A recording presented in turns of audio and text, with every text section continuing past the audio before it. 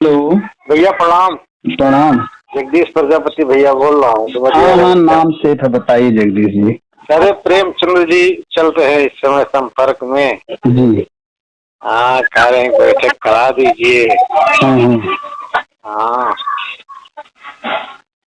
भाई देखिए, किसी पर किसी का नियंत्रण तो है नहीं।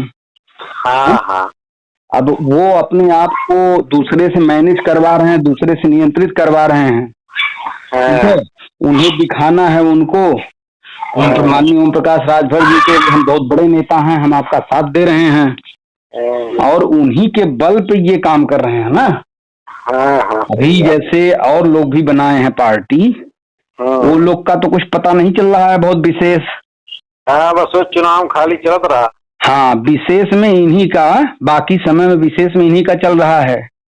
अब चूंकि माननीय ओम प्रकाश राजभर जी इनके पीछे निवेश करते होंगे ना, क्योंकि ये इतने धनवान तो है नहीं। अच्छा। अब वो तो विधायक हैं। हाँ वो विधायक हैं, उनके पास अच्छे अच्छे धनाढ़ लोग जुड़े हुए हैं, हाँ कई माफिया भी हैं। ठीक है। और उनकी 2 लाख के आसपास जो है प्रतिमाह उनको तनख्वाह मिलती है।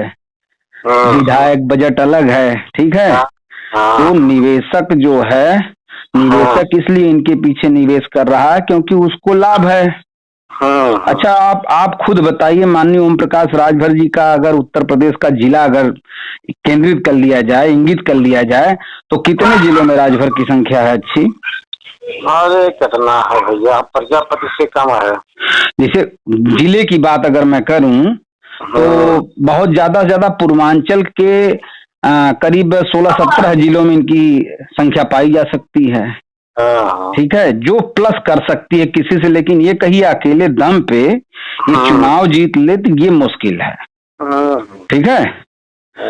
और प्रजापति की संख्या हमारे यहाँ जौनपुर में अच्छी खासी होने के बावजूद भी एक प्रत्याशी इनकी पार्टी से लड़ा था, तो वो 6,000 वोट पाया। अच्छा। ठीक है। तो कुल मिला करके देखिए, उनकी राजनीतिक जीवन की शुरुआत माननीय ओम प्रकाश राजभर जी ने की है, और ये उनसे अलग हट करके कोई काम नहीं कर सकते। अच्छा। ठीक है। अब रही बात की प्रजापति हैं, तो आप भी प्रजापति हैं, आपके यहाँ अगर जाएंगे, आप मेरे यहाँ ही आएंगे तो क्या हम भगा थोड़ी देंगे? बात होगी, हो सकता है बात अनावश्यक हो, बात आवश्यक हो। हाँ, ये अलग विषय है। ठीक है।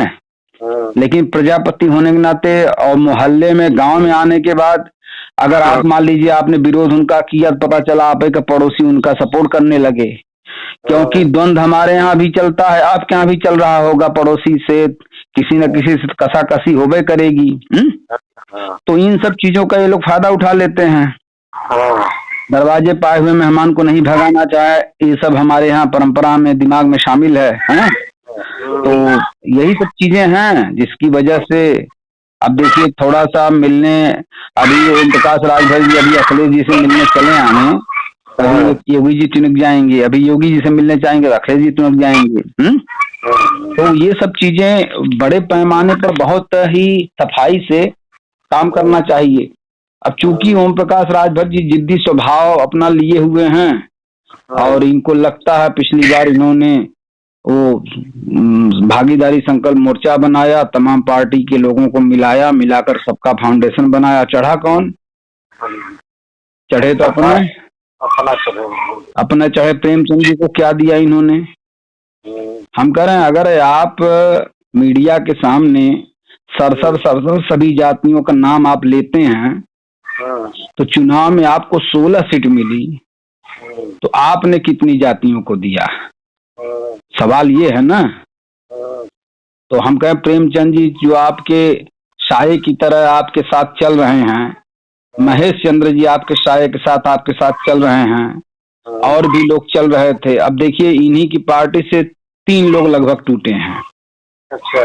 ठीक है। एक भागीदारी से, एक ब्रिजेश प्रजापति जो हट करके हिस्सेदारी पार्टी बना लिए, और एक जो है अश्वनी प्रजापति जी, उन्होंने कुम्हार पार्टी बना ली, और एक राजकुमार कैप्टन है जो शशि प्रताप सिंह जी के नेतृत्व में, जो कि वो भी ओम प्रकाश राजभर जी की पार्टी में करीब 30 साल तक काम किए, ठीक है।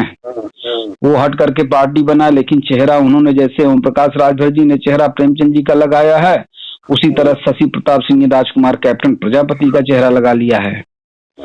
और ओम प्रकाश राजभर जी की पार्टी से महेंद्र प्रजापति जी टूट करके एक पार्टी वो भी बना ली है, शशि प्रताप ने भी एक पार्टी बना ली है। तो आप बताइए ये सब क्या हो रहा है पिछड़ी जातियों में? पिछड़ी जातियां अपने आप को अल्पसंख्यक बना रही हैं ना। है? देखिए सरकार तो ये भूल जाइए कि सपा और बसपा और भाजपा के अलावा चौथा अगर कोई बना सकता है तो कांग्रेस बना सकती है, बाकी पांचवा तो कोई नंबर में आता नहीं। सही भैया, ठीक है।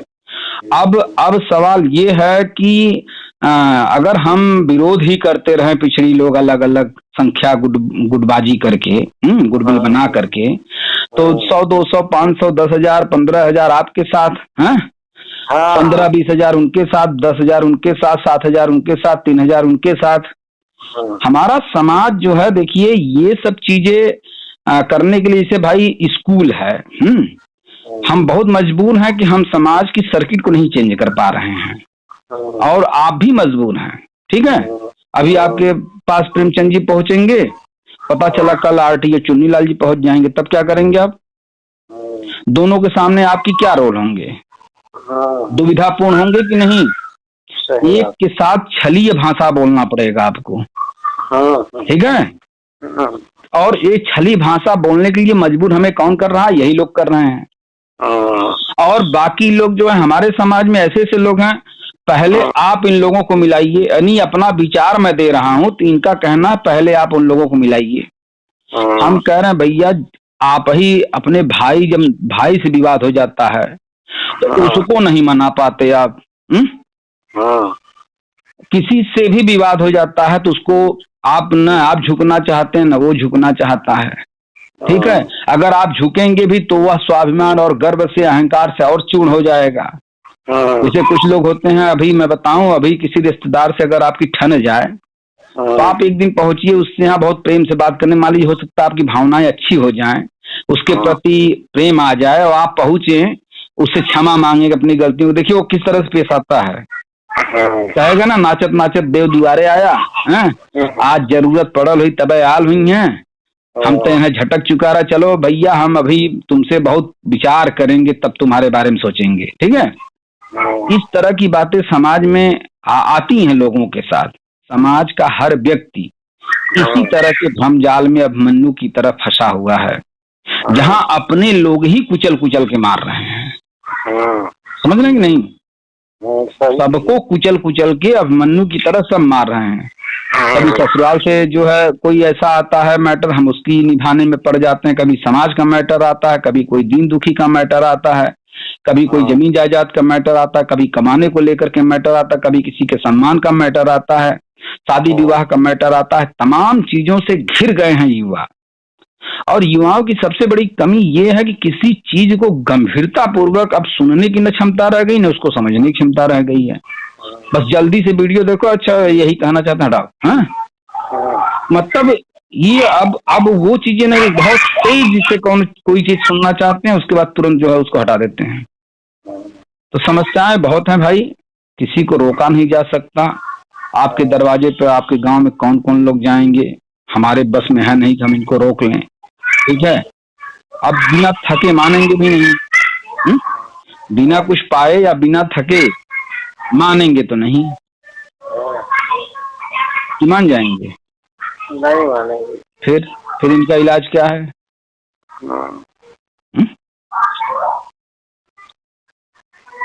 इनका इलाज क्या है? अब कौन इलाज है भैया उनके? अरे समाज जब बढ़ावा देगा तो इलाज नहीं है। समाज बढ़ावा देना बंद कर दे, इलाज खत्म हो जाए।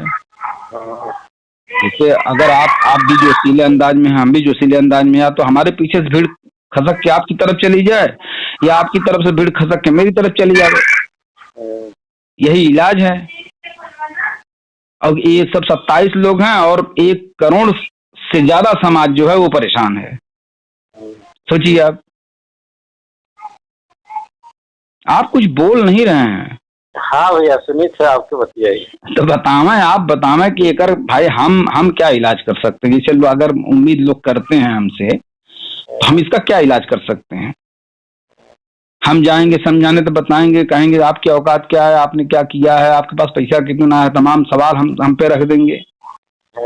हम कहेंगे हम हमारे पास विचार है, हमारे पास सिस्टम है बढ़िया काम करने का। अरे क्या आपका सिस्टम जो है बढ़िया है, हमारा सिस्टम क्या खराब है।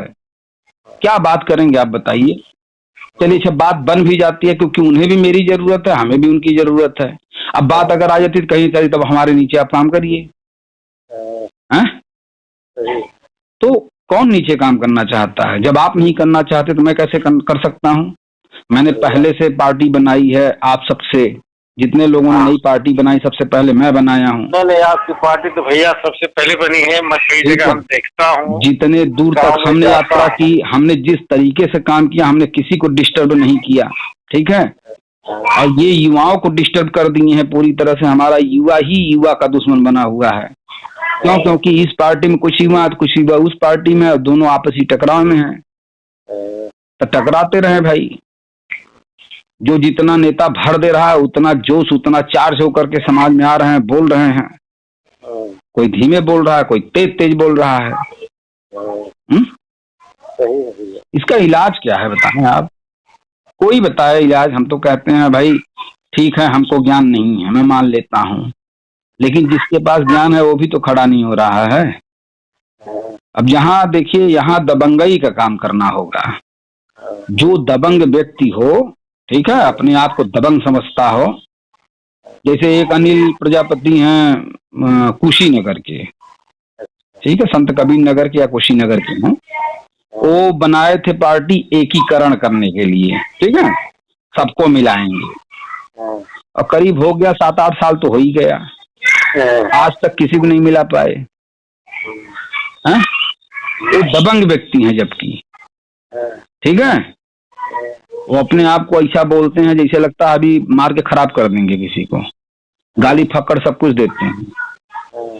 तो कई लोग जो है गाली फक्कड़ देने की वजह से नाराज हैं, कई लोग जो है उनके मोटो से नहीं खुश हैं। भाई मिलाने का मतलब क्या है, आप सबको अपने अंडर में लाके काम करना चाहते हैं, तो कोई अंडर में कैसे रहेगा भाई। अंडर का रहने का मतलब है जो सामान्य भाषा में बात करता हो, जो सही सिस्टम लेकर के काम करता हो, जो आपको आपका सही नेतृत्व करता हो, जो बता दे काम तो वह काम कहीं से काटने लायक ना हो। हमारा काम कहीं से काटने लायक हो तो बताइए, हम उसको सुधारने का काम करेंगे।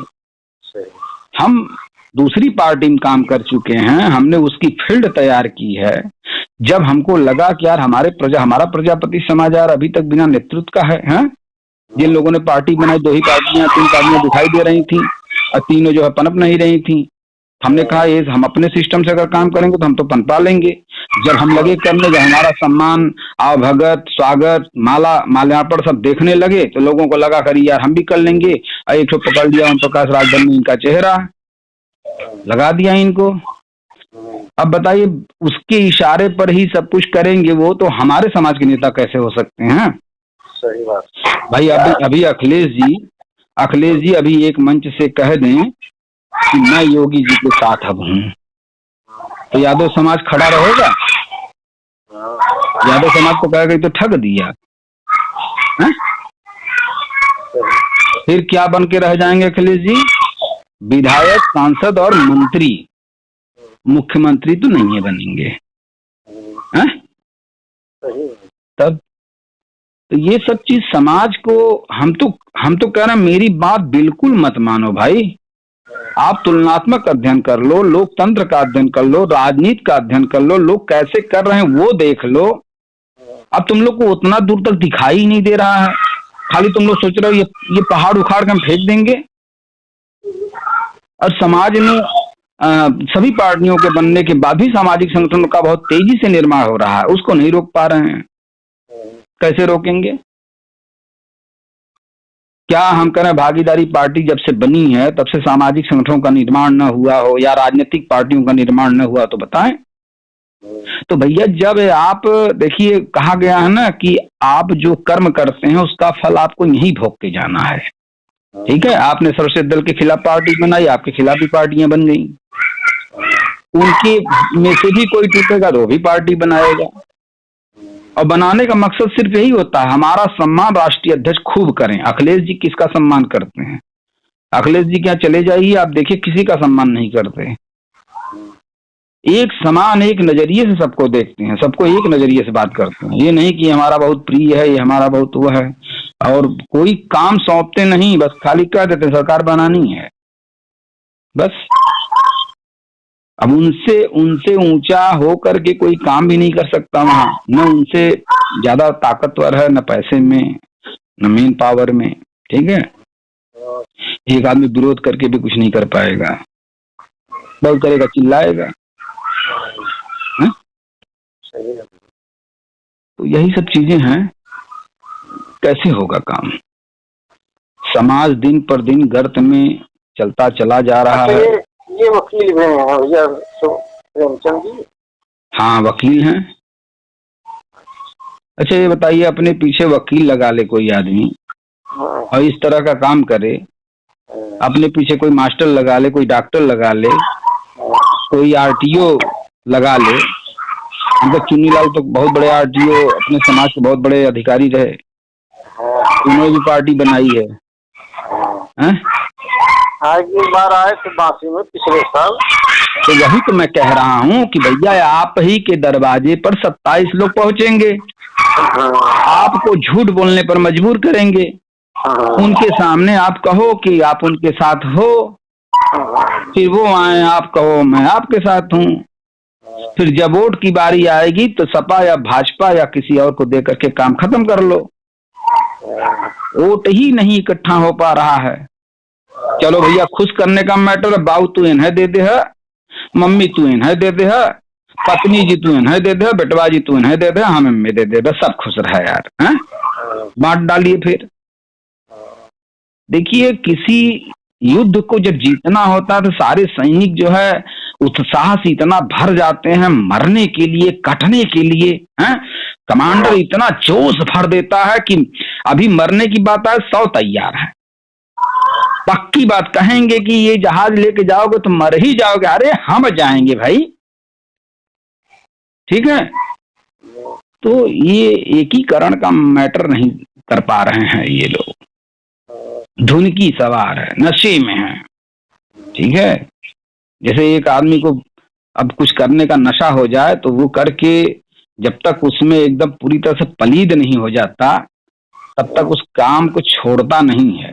ठीक है, हाँ, हम जितने स्तर तक काम कर चुके हैं, अगर देखा जाए तो अभी तक उस स्तर पर नहीं पहुंचे हैं लोग, नहीं पहुंचे भैया। ठीक है, आपका भैया जो है दीवार पे जो लिखा है प्रजापतियों की पार्टी, में देखता हूँ कई कई गांव पे जाता हूँ, यहाँ प्रजापति। अरे भाई, चूना लेकर के ढोना गाड़ी में हमारे युवाओं के दिल से पूछिए कि ये हम किस तरह से उनको मोटिवेट किए थे। उन्होंने अपना घर छोड़ा, माँ बाप ने हमारे साथ भेजा काम करने के लिए, नहीं कोई भेजेगा। अब वो युवा थे, ये जो आज जिंदाबाद कर रहे हैं मंचों पे, ये कोई युवा हैं? ये तो बहके हुए शराबी जैसे लगते हैं। ठीक है, कोई रचनात्मक कार्य नहीं है, बस आ रहे हैं, बस जिंदाबाद जिंदाबाद जिंदाबाद जिंदाबाद, बस खाली दिखाना है चेहरा के हम हैं लगे हुए। भैया कुछ बनत हमें दे है, कौन क्या देता है? समाजवादी पार्टी जितने विधायक कितने लोगों को देते हैं? सपा के ऐसे कार्यकर्ता मजबूर हैं, उनको कुछ नहीं मिलता, कुछ नहीं दे रहे हैं विधायक लोग जो बने हुए हैं। 2-2 लाख तनख्वाह पा रहे हैं, सब अपने अपने में सिमेट ले रहे हैं। बीजेपी की सरकार नहीं होगी तो जितने भी विधायक बनेंगे भी, सरकार नहीं होगी, वो भी कुछ नहीं देते। तमाम बीजेपी के कार्यकर्ता 10 साल पहले, ठीक है, 2017 में तो बीजेपी की सरकार बनी है उत्तर प्रदेश में ना, 2017 से पहले क्या हालत हुई थी कार्यकर्ताओं की? हैं? अरे भैया, मंडल अध्यक्ष बीजेपी में। तो सोच के देखिए ना कि आज 17 के पहले आपकी क्या हालत थी। आज भले सुदृढ़ हुआ हो, हुआ है कि नहीं हुआ है मैं नहीं बता सकता। अच्छा खासा सांसद का तेल लगावत हो, अच्छा खासा विधायक का तेल लगावत हो, कुछ बनल हुई। लेकिन ये कहिए कि ऐसे बिना मेहनत का, बिना पसीना बहाए, बिना सरकार बनाए, बिना जो है दिन रात एक किए आपको कुछ मिलना नहीं है।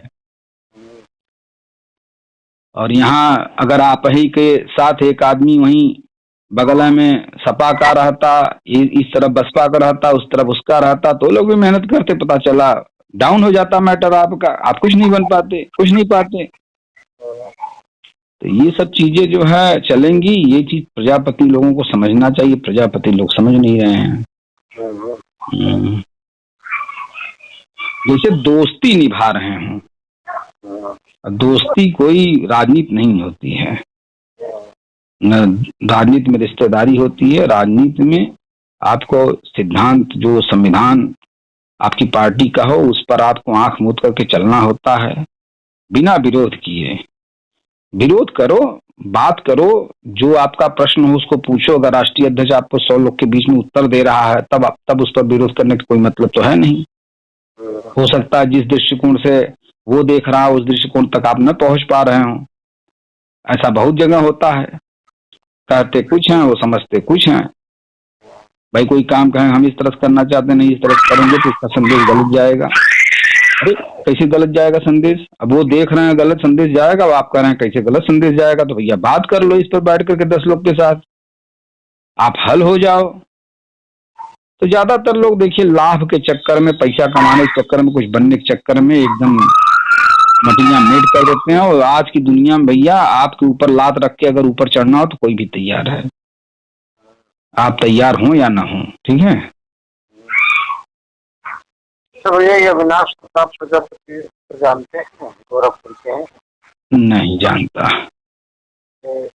वकील है, एमएलसी का चुनाव लड़ रहे हैं। हाँ, परसों फोन किए थे हमारे पास, पता नहीं कैसे पर मिला उनको। एमएलसी का?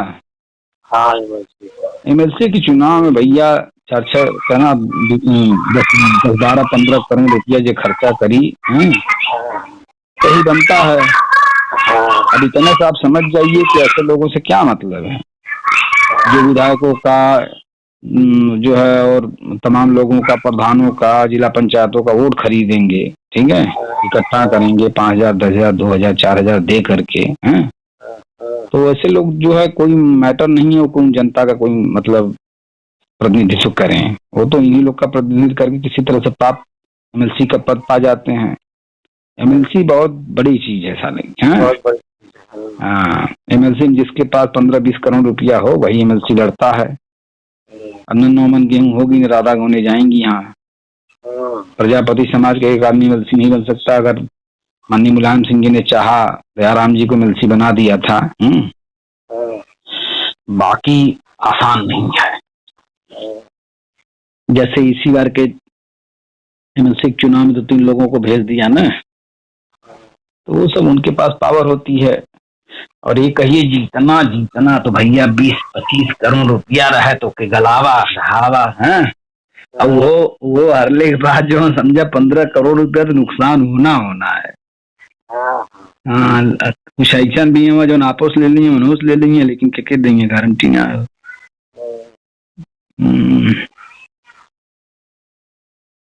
ठीक है, और कुछ पूछना हो तो भाई बताइए, बात कीजिए, नहीं तो फिर आप कम बोल रहे हैं तो हम